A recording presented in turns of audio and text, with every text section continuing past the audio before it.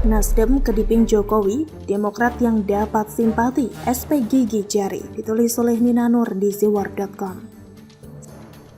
Sebelum kita lanjut, jangan lupa subscribe dan nyalakan loncengnya agar Anda menjadi yang pertama mendapatkan informasi dari jurnal terupdate. Sebenarnya di mana letak kesalahan Nasdem terhadap Presiden Jokowi? Kalau menurut saya sih, bahwa Nasdem ini dinilai telah mengkhianati Presiden Jokowi dengan memilih bakal capres yang merupakan antitesis Presiden Jokowi.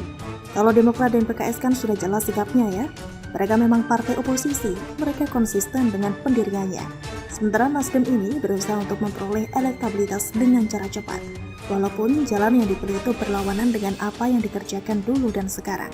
Namun demi ambisi untuk menang dan dengan sikap tak sabaran, Nasdem secara sembrono memilih untuk mengusung Anies Baswedan.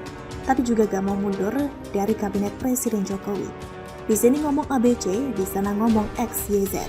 Nasdem berusaha terus meyakinkan publik dan kubu Jokowi bahwa Anies akan meneruskan program Presiden Jokowi. Namun Anies sendiri malah ngomong sebaliknya kan? Efek buruk dari langkah ambisius tapi sembrono itu sudah dirasakan oleh Nasdem. Elektabilitasnya sendiri tidak jadi meroket dengan mengusung Anies, sedangkan elektabilitas Anies pun juga sama makin menurun.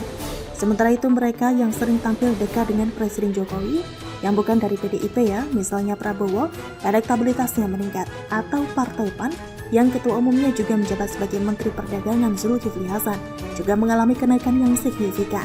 Padahal PAN itu kan baru saja bergabung dengan pemerintahan Presiden Jokowi. Kedekatan dengan Pak Jokowi memang bikin popularitas dan elektabilitas meningkat. Gimana gak meningkat? Tingkat kepuasan terhadap kinerja Presiden Jokowi mencapai titik tertinggi. Rakyat senang dengan kehadiran beliau dimanapun, bahkan di negeri tetangga.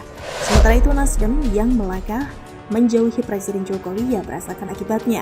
Belum lagi kasus dugaan korupsi 8 triliun oleh mantan sekjen Nasdem, Johnny G. Plate. Alamat nyungsep kan? Tentu saja yang paling mengejutkan Nasdem adalah manuver PDIP yang dengan kerendahan hati mendekati Partai Demokrat. Puan dan AHY pun ketemuan. Ini sebuah manuver penting yang bikin nyesek Nasdem. Sampai-sampai salah satu petinggi Nasdem menyebut pertemuan Puan dan AHY hanyalah gimmick politik. Gimmick itu semacam alat promosi aja gitu ya. Ya beneran maksudnya. Bilang aja iri. Apalagi sesudah itu SBY merilis cerita soal mimpinya satu gerbong dengan Ibu Mega dan Pak Jokowi. Cerita mimpi ini juga disambut positif oleh PDIP. Bikin Nasdem tambah panas aja. Saya kira Nasdem kemudian mencari-cari cara untuk menunjukkan pada publik kedekatannya dengan Jokowi. Masa PAN yang baru dekat dengan Presiden Jokowi dalam hitungan bulan saja sudah mendapatkan kenaikan elektabilitas, sedangkan Nasdem yang sudah bertahun-tahun dekat Jokowi malah menurun.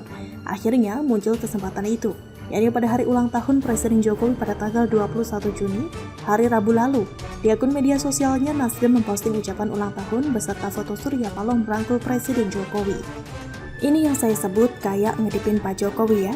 Bisa jadi mau mengingatkan Pak Jokowi sama jasa-jasa Nasdem. Bahkan dulu Nasdem ikut mengusung Pak Jokowi dalam 2 kali pilpres, bahwa Nasdem itu harusnya juga masih mendapat perhatian dari Pak Jokowi. Masa sekarang dicuekin melulu, Pak Jokowi kok tega? Begitu kira-kira sinyal yang disampaikan oleh Nasdem ke arah Pak Jokowi. Namun apa yang terjadi kemudian? Bukannya mendapat simpati, Nasdem tetap saja dicuekin.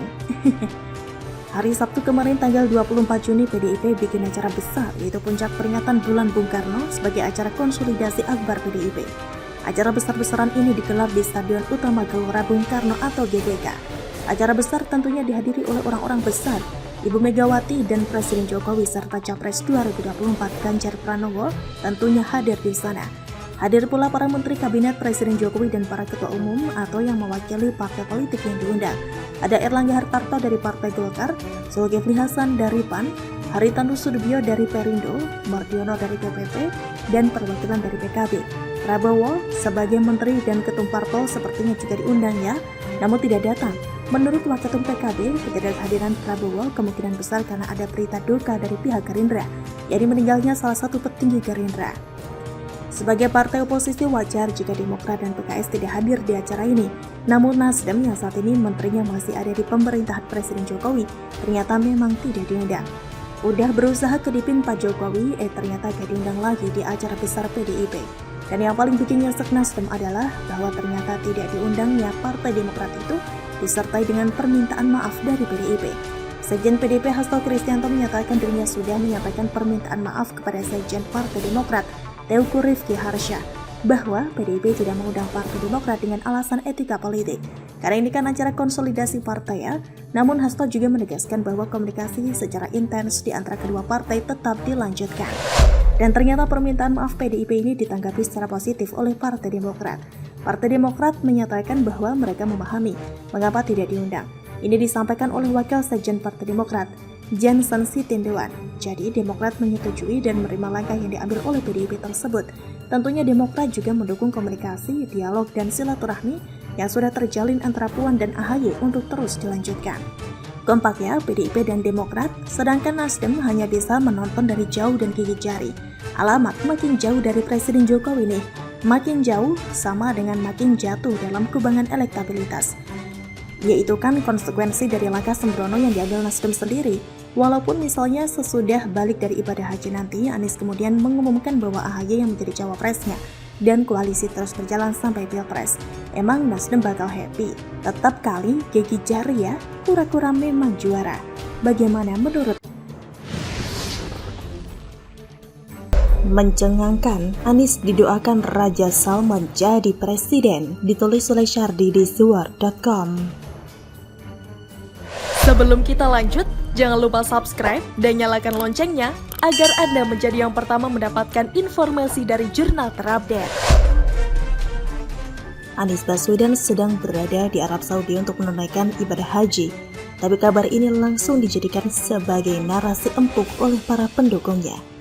Narasi itu menyebutkan bahwa Anies bertemu dengan Raja Salman di Mekah. Setibanya di Arab Saudi, Raja Salman langsung mendoakan Anies di samping Ka'bah agar menjadi Presiden RI di Pilpres 2024. Kabar tersebut dibagikan oleh sebuah channel YouTube yang videonya berjudul Tiba di Mekah Hari Ini.